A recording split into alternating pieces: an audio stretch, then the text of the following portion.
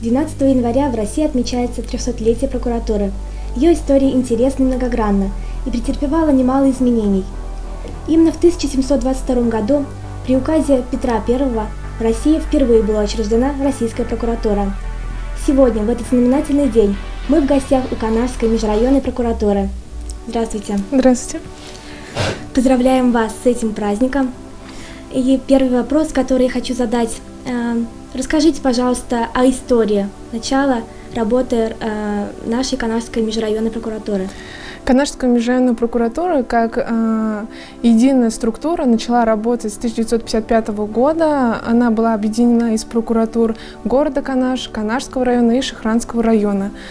За этот период по настоящее время у нас сменилось множество прокуроров, их было более 12, и в настоящее время в должности Канашского межрайонного прокурора у нас занимает Фирсов Сергей Александрович с 19 апреля 2021 года. Как вы пришли в прокуратуру? Может быть, это была ваша детская мечта? Какой был путь? Можно сказать, что мой путь был определен после окончания школы, поскольку я училась в Саратовской государственной юридической академии по направлению от прокуратуры, с тем нацелом, что в дальнейшем после окончания учебы я поступлю в органы прокуратуры и продолжу здесь служить. Вот уже 2,5 года после окончания своей учебы я служу в органах прокуратуры и пришла на помощь гражданам и организациям в целях соблюдения законности и защиты прав граждан.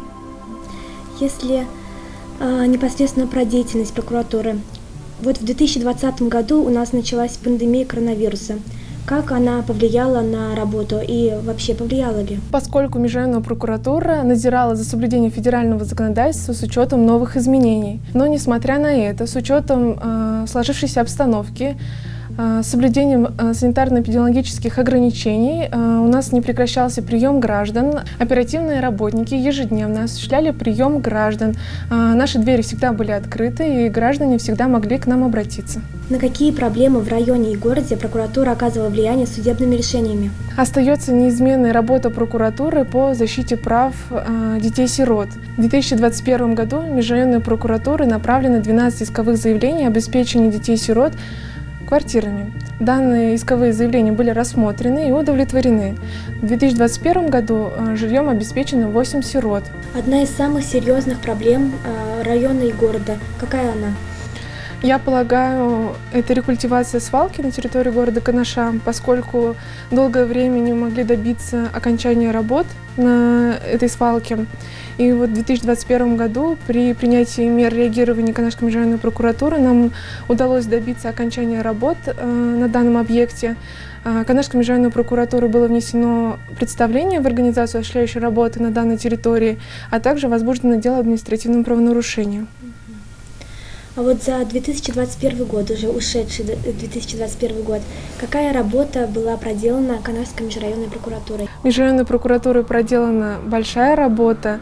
Мы стояли на охране и защите прав инвалидов, несовершеннолетних, детей-сирот, также трудовых правах граждан.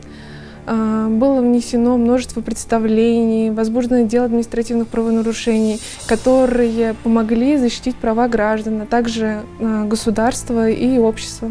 Какова ситуация с преступностью? Как на территории города Канаш и Канашского района общее количество зарегистрированных преступлений в сравнении с 2020 годом в 2021 году у нас снизилось. В 2021 году на территории города Канаш у нас было зарегистрировано 513 преступлений, на территории Канашского района 195. Вместе с тем, количество убийств на территории города Канаш увеличилось с 1 до 3. На территории Канашского района оно остается на таком же высоком уровне. Расскажите про ваш коллектив. У нас всего 12 оперативных работников. Это прокурор, 2 заместителя, 4 старших помощника и 5 помощников. Также у нас есть специалист и водитель. Наверное, сейчас у нас коллектив такой дружный, объединенный. Мы уже долгий период вместе работаем. Наш коллектив довольно молодой, энергичный, спортивный, участвует в различных спортивных мероприятиях. Также у нас не хватает оперативных сотрудников, которые имеют большой опыт, большой багаж знаний. И, конечно, нам, молодым, они всегда готовы прийти на помощь, помочь в тяжелую ситуацию и не оставить нас в беде. Что бы вы пожелали своим коллегам в этот праздник? С нашей работой, нашей службой мне бы, конечно, хотелось пожелать терпения. Несмотря на то, с какими бы сложными ситуациями вы ни сталкивались, желаю вам сохранять самообладание и успешно справляться с проблемами, которые выпадают на вашем пути. Спасибо вам огромное за интервью.